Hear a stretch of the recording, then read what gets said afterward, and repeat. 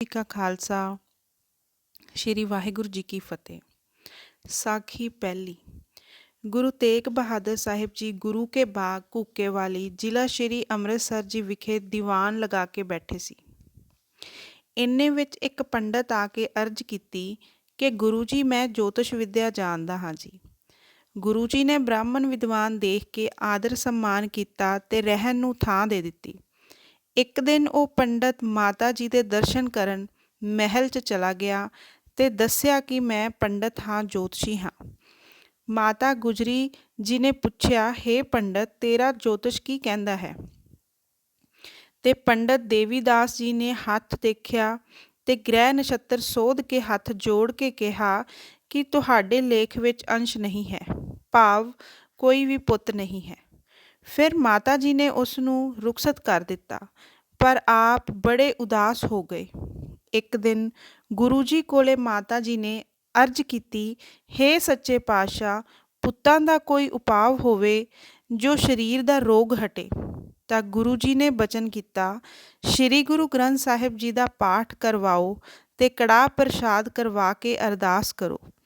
ਸ੍ਰੀ ਗੁਰੂ ਰਾਮਦਾਸ ਜੀ, ਗੁਰੂ ਅਰਜਨ ਦੇਵ ਜੀ, ਸ੍ਰੀ ਗੁਰੂ ਹਰਗੋਬਿੰਦ ਜੀ ਅਮਰਸਿਲਾ ਤੇ ਬੈਠ ਕੇ ਨਿਰੰਕਾਰ ਦਾ ਤਪ ਭਜਨ ਕੀਤਾ ਹੈ। ਉਸ ਦੇ ਆਸਰੇ ਤੁਹਾਡੇ ਸਰੀਰ ਤੋਂ ਨਿਰੰਕਾਰ ਜੀ ਸਾਹਿਬਜ਼ਾਦਾ ਬਖਸ਼ਣਗੇ। ਫਿਰ ਅਖੰਡ ਪਾਠ ਕਰਵਾਇਆ ਤੇ ਫਿਰ 5 ਰੋਜ਼ ਪਿੱਛੋਂ ਮਾਤਾ ਜੀ ਦੇ ਸਰੀਰ ਅੰਦਰ ਸ੍ਰੀ ਸਾਹਿਬਜ਼ਾਦੇ ਜੀ ਦਾ ਆਸਵਾਨ ਸਥਿਤ ਹੋਇਆ। ਵਿਸਾਖ 2 ਸੰਮਤ 1723 ਮਾਤਾ ਜੀ ਦੀ ਦੇਹ ਅਰੋਗ ਹੋਈ ਤੇ ਪ੍ਰਸੰਨਤਾ ਪ੍ਰਾਪਤ ਹੋਈ, ਜਿਵੇਂ 16 ਸਾਲ ਦੀ ਉਮਰ ਹੋਵੇ। ਗੁਰੂ ਕੇ ਬਾਗ ਗੁਰੂ ਜੀ 5 ਮਹੀਨੇ ਰਹੇ। ਫਿਰ ਗੁਰੂ ਜੀ ਹੁਕਮ ਕੀਤਾ ਕਿ ਅਸੀਂ ਪਟਨੇ ਸ਼ਹਿਰ ਤਪ ਕੀਤਾ ਸੀ, ਉੱਥੇ ਹੀ ਸਾਹਿਬਜ਼ਾਦਾ ਅਵਤਾਰ ਧਾਰੇਗਾ ਔਰ ਖਾਲਸਾ ਪ੍ਰਗਟ ਕਰੇਗਾ। ਇਹ ਸੁਣ ਮਾਤਾ ਜੀ ਤੇ ਹੋਰ ਸਿੱਖ ਭਗਤਾਂ ਨੇ ਅਰਜ਼ ਕੀਤੀ ਕਿ ਤੁਸਾਂ ਕਿਹੜਾ ਤਪ ਕੀਤਾ ਸੀ, ਕਿਰਪਾ ਕਰਕੇ ਦੱਸੋ। ਫਿਰ ਗੁਰੂ ਜੀ ਨੇ ਬਚਨ ਕੀਤਾ ਕਿ ਜਦੋਂ ਮਹਿਕਾਸੁਰ ਦੈਤ ਦੇ ਦੇਵਤਿਆਂ ਦਾ ਰਾਜ ਖੋ ਕੇ ਬਹੁਤ ਅਹੰਕਾਰ ਵਿੱਚ ਸੀ ਤੇ ਦੇਵੀ ਨਾਲ ਵੀ ਜੰਗ ਕਰਨ ਲੱਗਾ, ਉਸ ਦੀ ਇੱਛਾ ਇਹ ਸੀ ਕਿ ਦੇਵੀ ਨੂੰ ਆਪਣੇ ਮਹਿਲ ਲੈ ਕੇ ਜਾਣਾ ਹੈ ਤੇ ਉਸ ਤੋਂ ਬਲੀ ਪੁੱਤਰ ਪੈਦਾ ਕਰਨਾ ਹੈ। ਦੇਵੀ ਥੱਕ ਕੇ ਅਲੋਪ ਹੋ ਗਈ। ਫਿਰ ਦੈਤ ਨੇ ਬੜਾ ਭੂਕੰਪ ਮਚਾਇਆ। ਉਸ ਵੇਲੇ ਅਸੀਂ ਦੋਵੇਂ ਗੁਰੂ ਚੇਲਾ ਗੰਗਾ ਜੀ ਦੇ ਕਿਨਾਰੇ ਤਪ ਕਰ ਰਹੇ ਸੀ। ਫਿਰ ਸਾਨੂੰ ਵੀ ਦੈਤਾਂ ਨੇ ਬੜਾ ਤੰਗ ਕੀਤਾ ਤੇ ਕਹਿਣ ਲੱਗੇ ਕਿ ਤੁਸੀਂ ਵੀ ਦੇਵੀ ਦੇ ਨਾਲ ਹੋ, ਦੱਸੋ ਦੇਵੀ ਕਿੱਥੇ ਹੈ।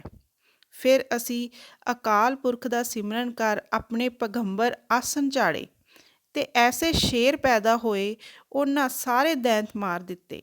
ਅਸੀਂ ਇਸ਼ਨਾਨ ਕਰ ਧਿਆਨ ਧਰ ਬੈਠ ਗਏ ਤੇ ਫਿਰ ਦੈਂਤ ਇੱਕ ਵੀ ਜਿਉਂਦਾ ਨਾ ਰਿਹਾ।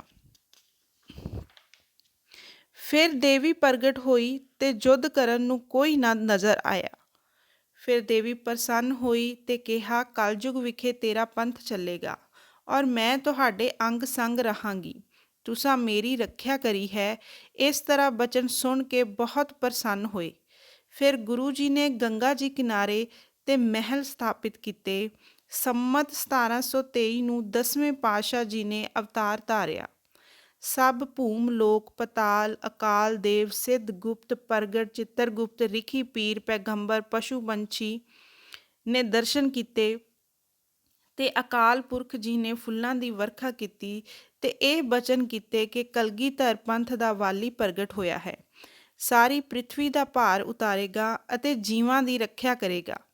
ਅਤੇ ਨਰ ਸਿੰਘ ਅਵਤਾਰ ਜੀ ਨੇ ਦਰਸ਼ਨ ਕਰਕੇ ਗੁਰੂ ਜੀ ਦਾ ਨਾਮ ਗੋਬਿੰਦ ਰਾਏ ਜੀ ਰੱਖਿਆ ਤੇ ਇਹ ਕਿਹਾ, ਸ਼ੇਰ ਦਾ ਪੰਥ ਚੱਲੇਗਾ ਅਤੇ ਗੁਰੂ ਜੀ ਨਾਲ ਸ਼ਕਤੀ ਹਾਜ਼ਰ ਰਹੇਗੀ। ਇਹ ਕਹਿ ਕੇ ਸਰਬ ਦੇਵਤਾ ਅਲੋਪ ਹੋ ਗਏ।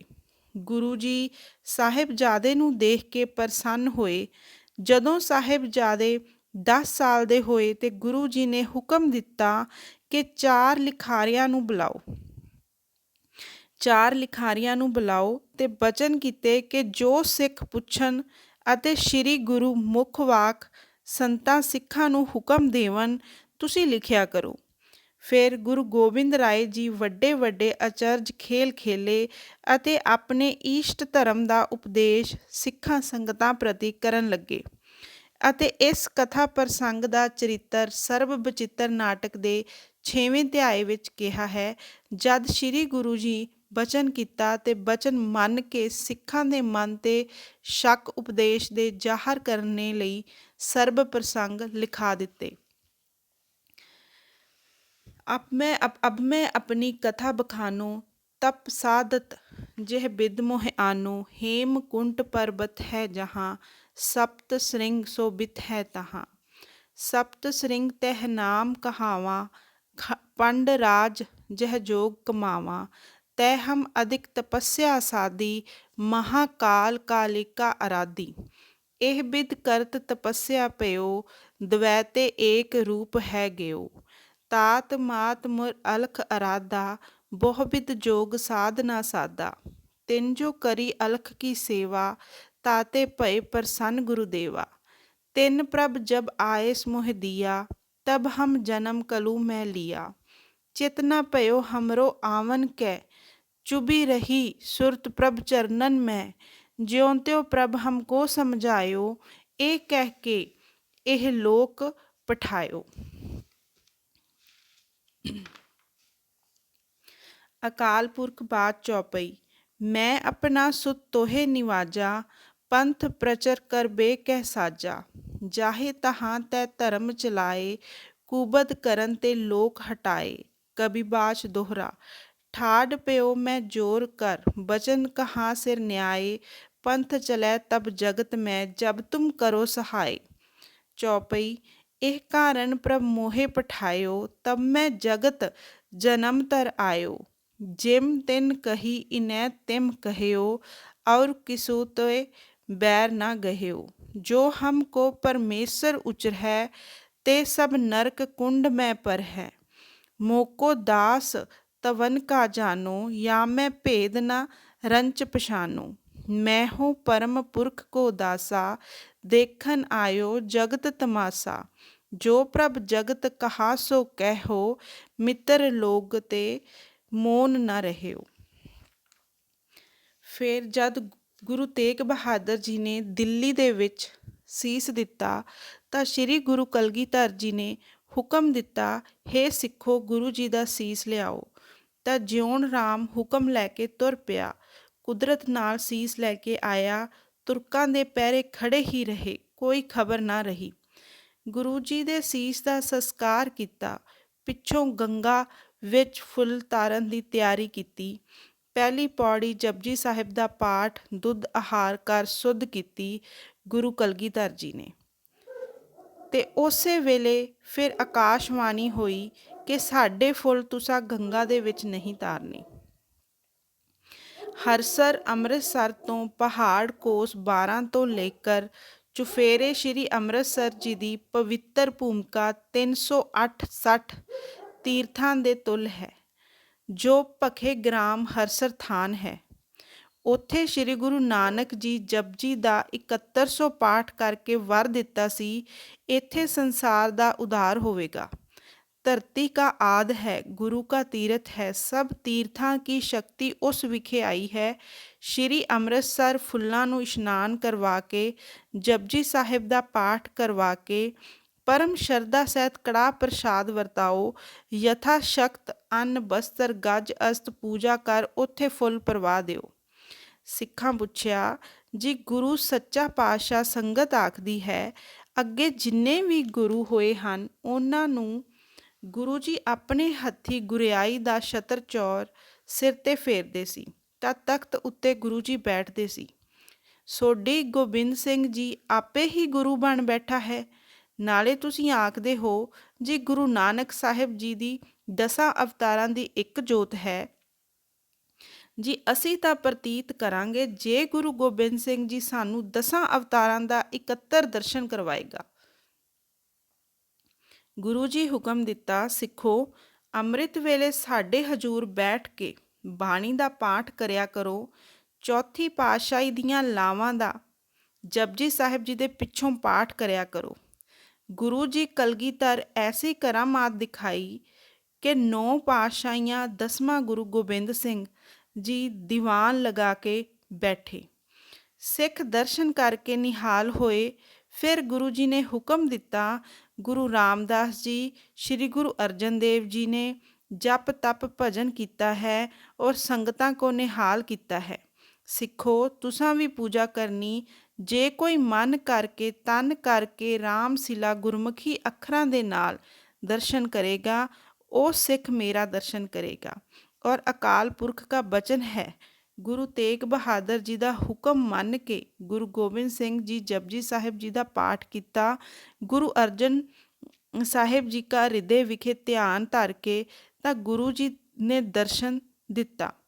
ਫਿਰ ਅਮਰ ਸਿਲਾ ਪਰ ਬਿਰਾਜਮਾਨ ਹੋਏ ਔਰ ਬਚਨ ਕੀਤਾ, ਹੇ ਸਿੱਖੋ, ਜਪਜੀ ਸਾਹਿਬ ਕੇ ਪਾਠ ਕਰਨ ਦੇ ਨਾਲ ਸਰਬ ਕਾਰਜ ਸਿੱਧ ਹੋ ਜਾਣਗੇ।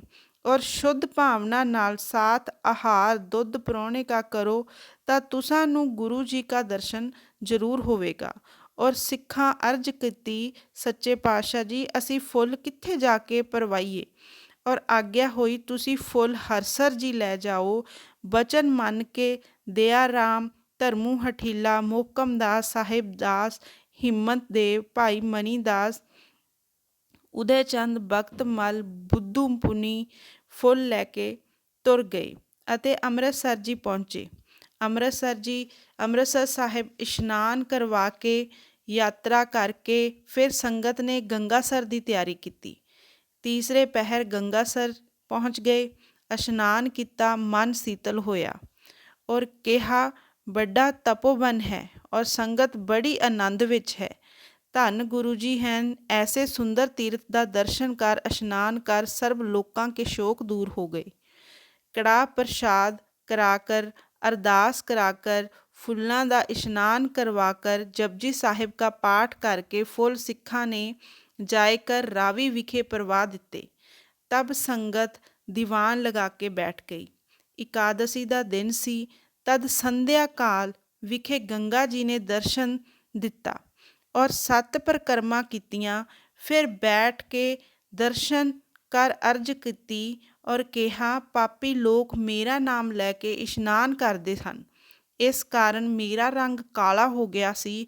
ਤਾਂ ਤੇ ਮੈਂ ਵਿਸ਼ਨੂੰ ਭਗਵਾਨ ਜੀ ਦੇ ਪਾਸ ਅਰਦਾਸ ਕਰੀ, ਮੇਰਾ ਰੰਗ ਸ਼ਵੇਤ ਹੋਵੇ।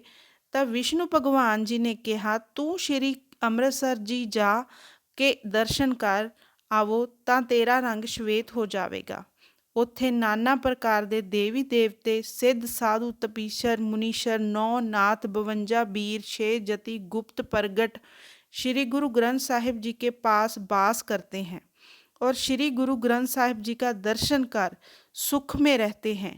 सिख गुरु के फुल्लां को नमस्कार करके गंगा जी के मुख तो सर्ब वार्ता सुन के बड़े खुश होए। ਸੰਮਤ 1732 ਮਾਘ 29 ਸ਼੍ਰੀ ਗੁਰੂ ਤੇਗ ਬਹਾਦਰ ਜੀ ਦੇ ਫੁੱਲ ਪ੍ਰਵਾਹੇ ਅਤੇ ਇਹ ਸ਼ਬਦ ਪੜਿਆ, ਸੂਹੀ ਮਹੱਲਾ ਪਹਿਲਾ, ਸਾਜਨ ਚਲੇ ਪਿਆਰਿਆ ਕਿਉ ਮੇਲਾ ਹੋਈ। ਪ੍ਰੇਮ ਸੰਯੁਕਤ ਸ਼ਬਦੋਂ ਦਾ ਪਾਠ ਕਰਕੇ ਸਿੱਖਾਂ ਭੋਗ ਪਾਇਆ। ਫਿਰ ਗੰਗਾ ਨੇ ਕਿਹਾ, ਹੇ ਗੁਰੂ ਜੀ ਕੇ ਸਿੱਖੋ, ਵਿਸ਼ਨੂੰ ਭਗਵਾਨ ਜੀ ਕਿਹਾ, ਜਪਜੀ ਪਾਠ ਕਰੇ ਕਰਾਵੇ।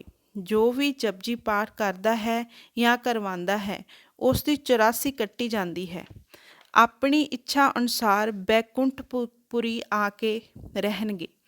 ਜਪਜੀ ਮੰਤਰ ਮੇਰੇ ਸਵਾਸ ਹਨ, ਗੁਰਮੁਖੀ ਅੱਖਰ ਮੇਰੇ ਰੋਮ ਹਨ। ਫਿਰ ਗੰਗਾ ਜੀ ਆਖਿਆ, ਉਸ ਰੋਜ਼ ਦੀ ਮੈਂ ਇੱਥੇ ਸੰਤ ਰੂਪ ਧਾਰ ਕੇ ਰਹਿੰਦੀ ਹਾਂ। ਮੇਰੇ ਕੋ ਸ਼੍ਰੀ ਜਪਜੀ ਸਾਹਿਬ ਦਾ ਪਾਠ ਸੁਣਾਓ। ਸਿੱਖ ਗੁਰੂ ਕੇ ਸੁਣ ਕੇ ਪ੍ਰਸੰਨ ਹੋਏ ਔਰ ਬੁੱਧੂ ਪੁਨੀ ਅਤੇ ਭਾਈ ਗੁਰਦਾਸ ਜੀ ਨੇ ਗੰਗਾ ਜੀ ਨੂੰ ਬੜੇ ਪ੍ਰੇਮ ਦੇ ਨਾਲ ਸ਼੍ਰੀ ਜਪਜੀ ਸਾਹਿਬ ਜੀ ਦਾ ਪਾਠ ਸੁਣਾਇਆ। ਗੰਗਾ ਜੀ ਸੁਣ ਕੇ ਨਿਹਾਲ ਹੋਈ ਤਾਂ ਸਿੱਖਾਂ ਸੰਤਾਂ ਪੁੱਛਿਆ, ਗੰਗਾ ਮਾਤਾ ਜੀ, ਤੈਨੂੰ ਭਾਗੀਰਥੀ ਨਦੀ 'ਤੇ ਕਿਤਨੇ ਵਰਸ਼ ਰਹਿਣ ਦਾ ਹੁਕਮ ਹੈ? ਤਾਂ ਗੰਗਾ ਜੀ ਨੇ ਕਿਹਾ, ਹੇ ਸਿੱਖੋ, ਮੇਰਾ ਮਨ ਇੱਥੋਂ ਜਾਣਾ ਨਹੀਂ ਪਸੰਦ ਕਰਦਾ।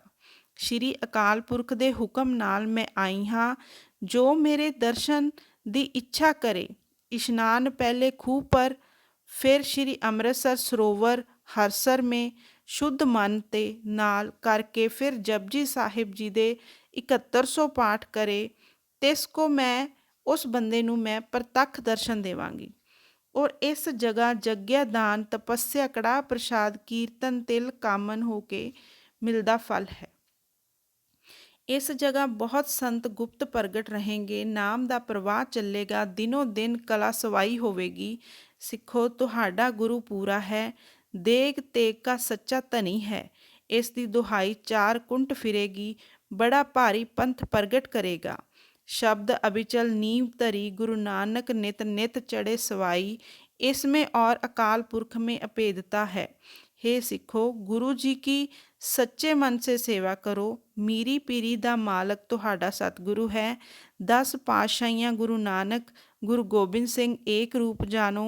हे सिखो, ये तीर्थ बहुत पुराना है। जो इस जगह इशनान कर दर्शन करे तो इसको गंगा जी का दर्शन होएगा।